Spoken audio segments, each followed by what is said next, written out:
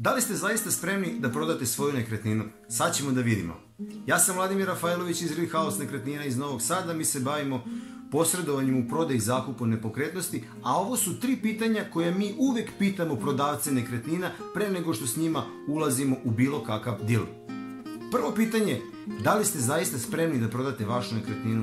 Da li ste se rešili emocija, da li ste emocije ostavili sa strane, da li ste se konsultovali sa vašim ukućanima ili eventualnim suvlasnicima.